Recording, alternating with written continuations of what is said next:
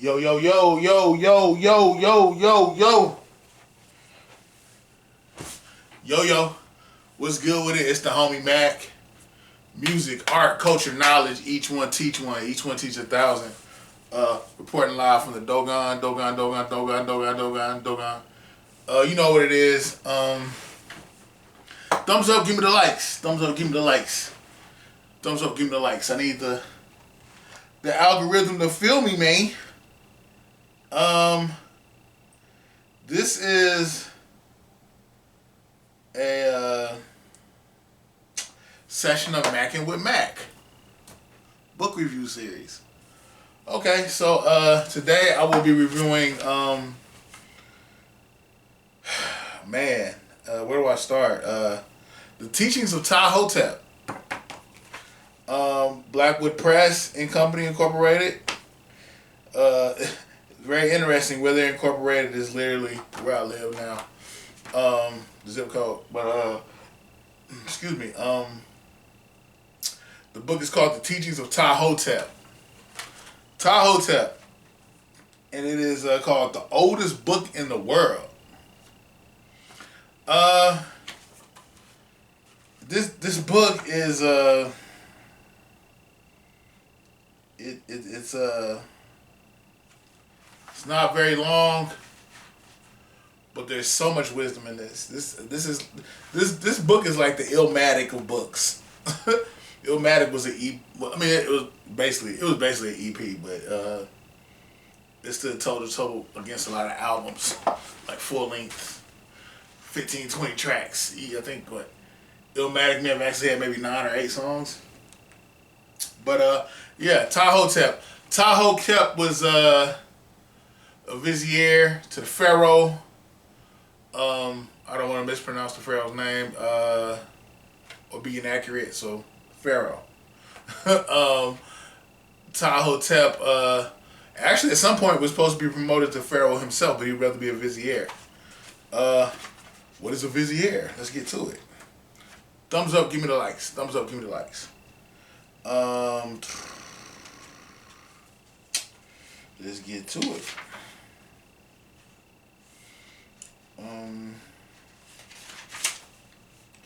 A vizier is an important office in Kemet, Egypt. Or the Greeks called it Egypt, but indigenous Africans called it Kemet. He was the pharaoh's prime minister. He was responsible for running the kingdom. He had to travel about from district to district and see that all was going smoothly and that the local officials were carrying out their tasks. So like a diplomat. He was a diplomat or an advisor, I guess, to the pharaoh. But yeah, Ptah Hotep, the Teachings of Ptah Hotep. It essentially is a series of maxims. I think about books like The Prince by Machiavelli. And it's very draconian. It's very dark. This book is very principled. It's very democratic. It's very humanistic. It's very much justice. Ma'at, M-A-A-T, Ma'at, justice. This book is about justice. Justice. The word justice may be one of the most divine words. Justice, equity, justice. But yeah, this book essentially, we know Medu Neter, which transfers to Word of God. Again, Medu Neter, M-E-D-U-N-T-R, M-E-D-U space N-T-R, transfers to Word of God. Neteru, God. I feel like I'm in my I feel like I'm at Tougaloo College right now. I feel like I'm getting in my in my indigenous African bag spirituality. But yeah, Neteru, nature, God, Medu, word of God. This book basically is a bunch of principles by Ptah Hotep. But the thing that's very interesting is Ptah Hotep never claims authorship of this. It's information, it's wisdom that's passed down from generation to generation. And it's documented because they said on the Day of Judgment, Egyptians felt like we have to let people know. The people who were still here You can't say we didn't give you the truth. It's written down, but do that's her. Greeks call it hieroglyphics. But yeah, so this book, essentially the teachings of Ptah Hotep, which is pretty much a composition of. He said when he wrote this, he was like 110 years old, but this was wisdom that was handed down to him through the ages, and he's handed it down to me. He's handed it down to you. Just a list of different maxims. So let's go. 1. Do not be proud and arrogant with your knowledge. Consult and converse with the ignorant and the wise. For the limits of art are not reached. No artist ever possesses that perfection to which he should aspire. So art is indelible. Art passes the baton. I feel like everybody want to be Jordan, but the bottom line is to push art forward. Forward. You gotta release your ego. Push art forward. So that's what I got from that maxim. 2. To confront it. If you meet a disputant in the heat of action, one who is more powerful than you, simply fold your arms and bend your back. To confront him will not make him agree with you. Pay no attention to his evil. With that, just be chill. Talk it out. Like, they ain't gotta talk it out. You just gotta chill. Because a lot of times your words are not gonna dissuade people. They have to kind of have these internal conversations and come to an understanding within themselves. Let's see. I'm going.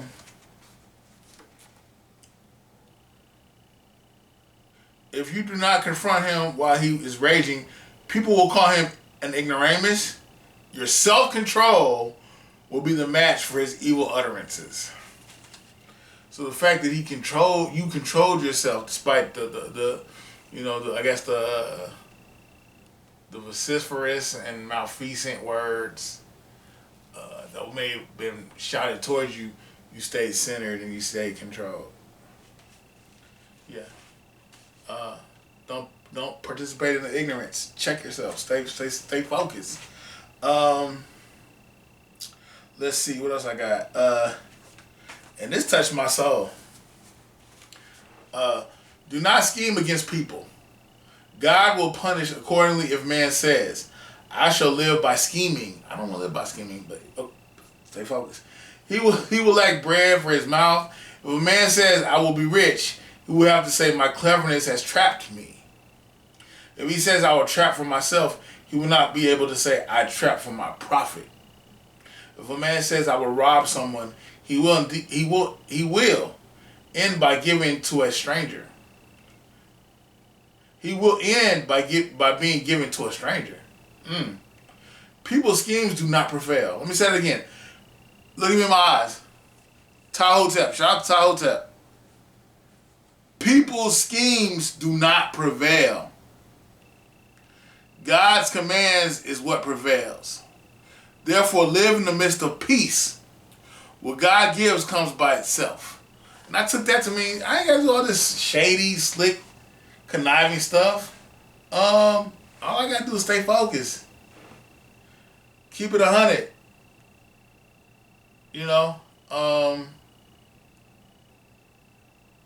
God got me. I don't have to do all this extra stuff, scheming, trying to come up with all these algorithms. No, I don't want to do none of that. So yeah, God got you. Forget the scheming.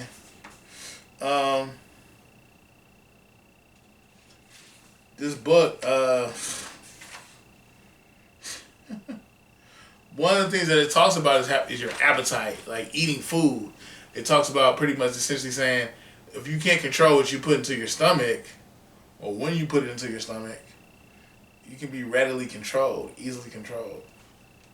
And I think that's real, because if you don't even have the self-discipline to feed, if you don't have the self-discipline to eat in portion amounts, You live for you live to feed the flesh, or um, you live to feed um, your desires. So it's a metaphor. Uh, you need to be able to have control over what you let enter your body, but it's symbolic because it's like, if you can't control what enters your body, you probably can't control what enters your mind. But yeah, this book, man, I go get this book because I can't go get this. A lot of jewels in this book. It's just I would say this is the antithesis of Machiavelli. It's more humane. It's more democratic. It deals in justice. If you want friendship to endure in the house that you enter, the house of master or brother or a friend, then in whatever place you enter, beware of approaching the women there. If you are one who fails through the lust, if you are one who fails through the lust of women, then if you are one who fails through the lust of women, then no affair of yours can prosper. Control your, hey, fellas, be on point.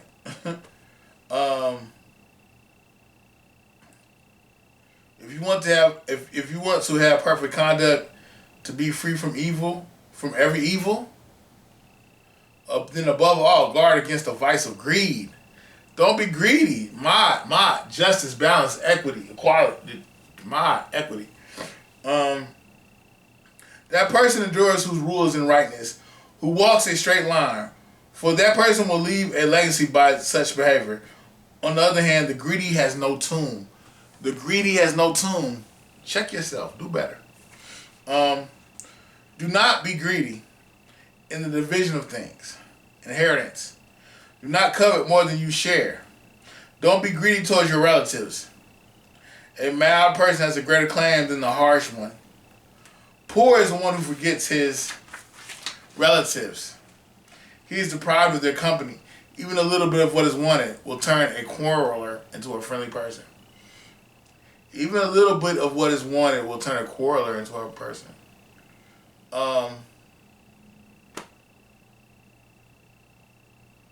Next one. This speaks to marriage. When you prosper and establish your home, love your wife with ardor. Then fill her belly and clothe her back. Caress her, give her ornaments to soothe her body, fulfill her wishes for as long as you live. She is a fertile field for her husband. Do not be brutal. Good manners will influence her better than force. Good manners will influence her better than force. You ain't got to be out here gorilla pimping. Do not contend with her in the courts. Keep her from the need to resort to outside powers. Don't be out here beating on your bras, but chill, talk. You gotta be brutal. Her eyes her storm when she gazes. Her eyes her storm when she gazes. It is by such treatment that she will be compelled to stay in your house. Peace, love, wisdom, equity. Yeah. Y'all gotta buy this, man. I bought this from Madu Bookstore at Greenbrier Mall. Shout out to Madu Bookstore. Let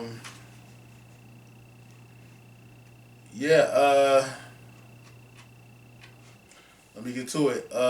One of the things that's really ubiquitous throughout this book is silence. Speak.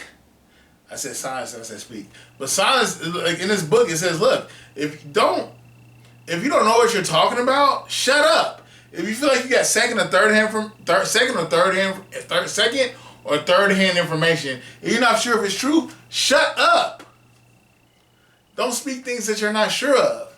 And this book talks about basically, don't just speak, be a listener. Listen. Listen and speak. Listen and speak. Be a hearer. Understand. Don't speak from ego. To the men. When you prosper and establish your home, I already said that. No, because there's such a connectivity with everything. But no. It If you are a man of words who sits at the council of a leader, concentrate on being excellent. Your science is much better than boasting. Speak when you know that you have a solution. It is the skilled person who should speak when in council. Don't be haughty, lest you be humbled. But also don't be mute, lest you be chided. When you answer someone who is fuming, turn your face and control yourself. Don't give anger for anger. Just chill. Chill. Relax. Because you're not going to have a healthy discourse when everybody yelling and screaming. If you are angry about misdeed, lean toward a man on account of his rightness. Pass over the misdeed and don't remember it, since God will sign to you on the first day of your misdeed. That's real. If you are great after having been humble, if you have gained your wealth after having been poor, and then go to a town that you know, and then goes to a town and then go to a town that you know and that knows your former condition, don't put your trust in your newly acquired wealth, which has come to you as a gift of God. If you do, one day someone who is poor may very well overtake you. Be humble, but don't be a fool. Be circumspect in the matters of sexual. Be circumspect in matters of sexual relations. Be circumspect in matters of sexual relations. Circumspect. I was supposed to look this word up earlier. Let's see. This book low key is just telling men how to be men and be solid. Let's see.